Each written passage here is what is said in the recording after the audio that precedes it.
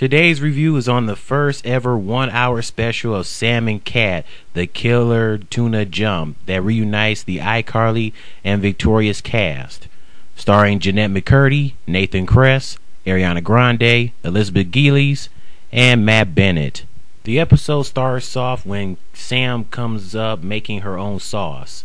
She lets Cat get a little taste, and she had the nerve to spit it on Sam's shirt.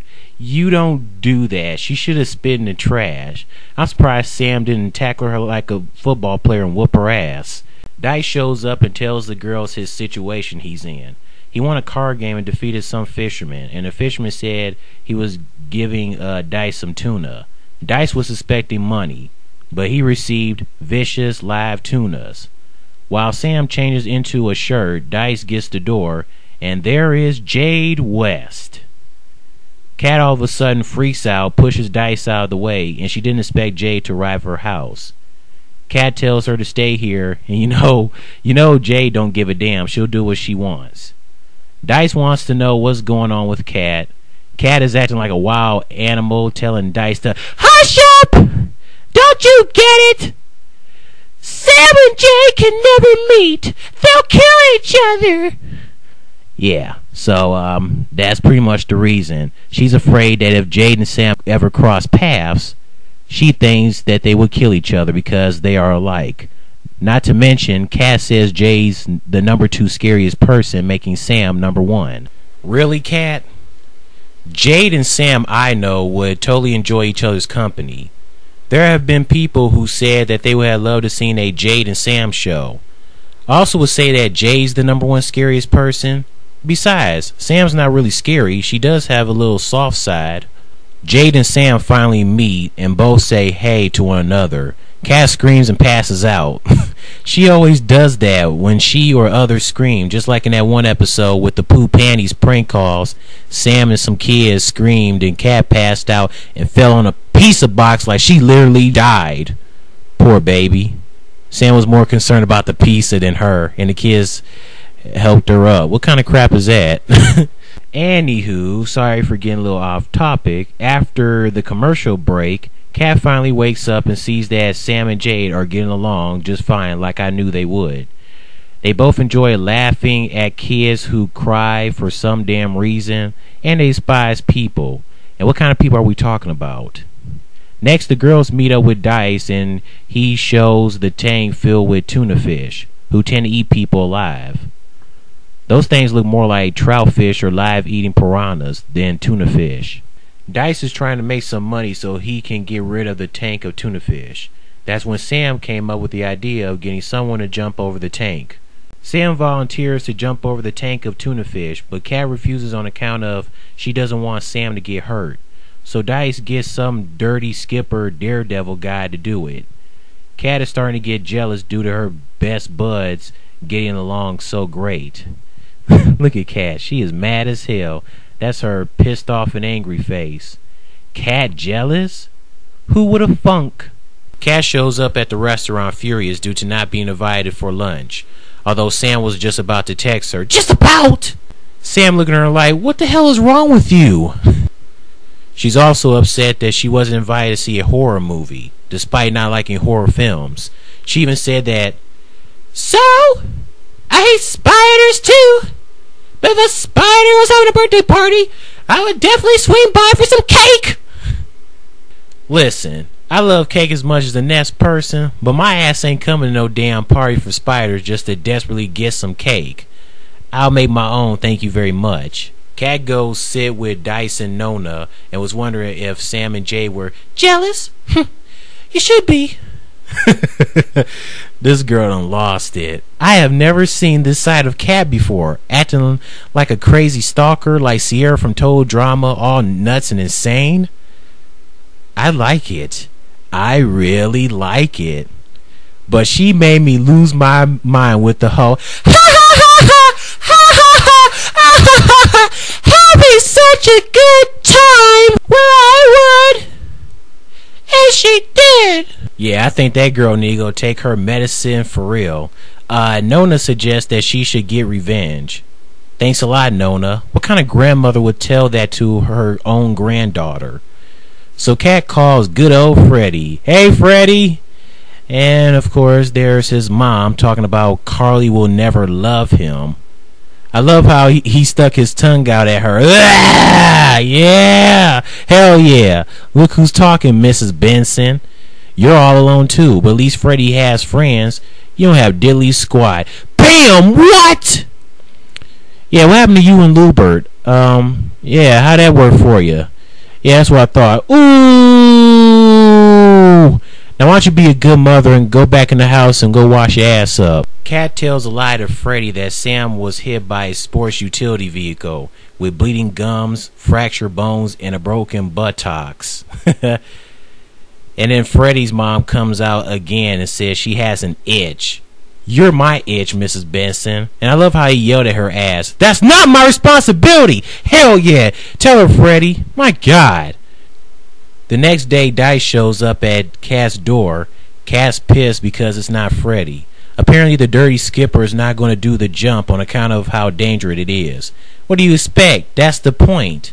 You call yourself a daredevil? What a pussy. Freddy finally arrives and Cat starts flirting with him while twisting her hair.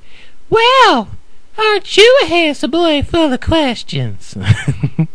Freddy's flattered and he appreciates the compliment. Heck, I would too, especially with Cat twisting her hair and blinking her eyes at me. You like cats? You want to hang out with me today? And both start speaking Spanish. I wish I knew what they said and they started hanging out. It would have been nice if they would have put at the bottom some English translations on what Freddy and Cat were saying in Spanish. That would have been epic. At the restaurant, Sam and Jay get a table. Sam hears Cat's laugh. She turns and sees Cat with Freddy. And you know Sam is not happy. Aw, snap. Sam suggests to also get revenge on Cat. At first, Jay wasn't going to bother to interfere, but you know Jay can't resist. Jay suggests that Sam should get with, of course, Robbie, since Cat has a crush on him. Freddy and Cat arrive back at her house. That's when she goes inside and witnesses Robbie singing the same song he sang for her in that one Victorious episode called I Think You're Swell, whatever the hell it's called. Yeah, Robbie was singing it to Sam. Where's Rex? This is the first time we see Robbie without Rex. Oh well, he don't need to carry that puppet around anyways. Everybody goes back and forth, arguing and bickering. Robbie accuses Freddy for fadoodling with Cat. You could have if you wanted to. I know I would fadoodle you. I like this. So much drama. So much suspense. Robbie punched Freddy in his stomach, but he doesn't feel a thing. I love how Freddy raised his eyebrow like, I think you better stop from there because you don't want to mess with me. Sam mentions that Freddy is the only guy she ever loved. Freddy's like, excuse me? Sam was just exaggerating to make a freaking point. With Dice still not able to find anyone to take that jump over the tank of tuna fish, Sam volunteers again to take that jump, even though she promised Cat, and due to Cat flirting with Freddy Boy, in Sam's own words, I think that she would say this: Mama doesn't give a damn anymore. This is where it gets hot and crazy. Sam all of a sudden kissed Robbie. Cat's about to go towards the light and Freddy's grossed out. Wow, Sam, that must have been some tasty Robbie, huh? Because of that, Cat is furious and doesn't give a damn what happens to her. Ooh, Cat said that? I have never seen this side of her before. Dice wanted Sam to sign some stuff just in case if she was injured. Despite what she said to Sam, Cat pushes and locks her in the closet, and Cat cares about her so much that she's willing to sacrifice her life taking Sam's place jumping over the tank of tuna fish. Meanwhile, Robbie and Freddy meet up with Jade. They pretty much hang out, and Robbie puts his and Freddy's names together, and they're known as Frobby. Frobby. That sounds like something cold, like frozen yogurt or a frostbite. Sam is able to escape and goes after Cat before it's too late. Cat arrives and has no clue what she's doing. She doesn't know how to ride a motorcycle. Sam catches up to her on time, but Kat drives away and falls off. The motorcycle hits the tank, leaving Freddy and Robbie falling into the dangerous tank of live eating tuna fish. Oh no! I thought Dice said they eat people alive, but the boys are just getting bit. What kind of crap is that? Sam springs into action and just saves Freddy. Didn't even say Robbie. That's sad that nobody had the guts to save him. Sure, most people don't like him, but he's still a human being. And y'all all wrong as two left shoes for not saving him. Kat could have saved him, but it wasn't even close. Her ass ran to the tank and went night-night. Well, nighty-night, Kat. Everyone ends up in the hospital, and Kat tells Sam that Freddy's a nice guy, but she thinks he's too techie and nerdy for her. And Robbie's not Sam's cut of beef. And they saying it right in front of them. How rude.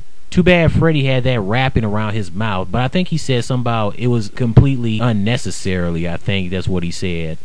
After Sam and Kat leave, Robbie decides to play the I Think You're Swell song to cheer up Freddy. Freddy isn't pleased and pages the nurse right away for help.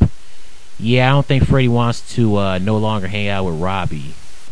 I give this 1 hour special a 10 out of 10. Best Sam and Kat episode ever. So freaking funny. I haven't laughed my ass off that much from a Nick show in years. Thank you, Sam and Kat, for entertaining me with this episode. Such drama, such intense and craziness. Kat had me rolling the entire episode with her sassiness, hyperactive, craziness, and being insane. She is so funnier than she was on Victorious. I wish she was like that on Victorious. On Victorious, she just stand there looking all cute, saying stupid things out of her mouth that made me laugh not once. And I love the way she talks. She sounds like one of those women that are like, my oh my, little me. I just love crossover episodes. Characters from different shows coming together are great. Crossovers shall never die. Too bad Miranda Cosgrove is in college now and her character Carly Shay is in Italy. It would have been even more epic if Carly was in the episode. You know, Disney Channel should do a crossover like this, but of course with a different plot. I know there was one Austin Alley Jesse crossover that Disney Channel did, but maybe there can be another one where Jesse and Allie spend so much time together that Trish gets jealous, so she decides to get revenge on Allie by telling Emma that Austin has a crush on her and would like to go on a date with her. Then Trish lies to Austin and tells him that Emma would like to have a nice dinner together. Allie finds out that Trish did it for revenge, and there's a lot of drama goes on, a lot of anger, and friendships are destroyed. So give me your thoughts on the Sam and Kat 1 hour episode. Did it make you laugh your ass off? Did Kat make you laugh your ass off? And seeing all the iCarly and Victoria's cast all back together in a crossover episode. And you can also check out the behind the scenes of the 1 hour special, only on YouTube and so on and so forth. Anyways, that's it. Hope you enjoyed. Later.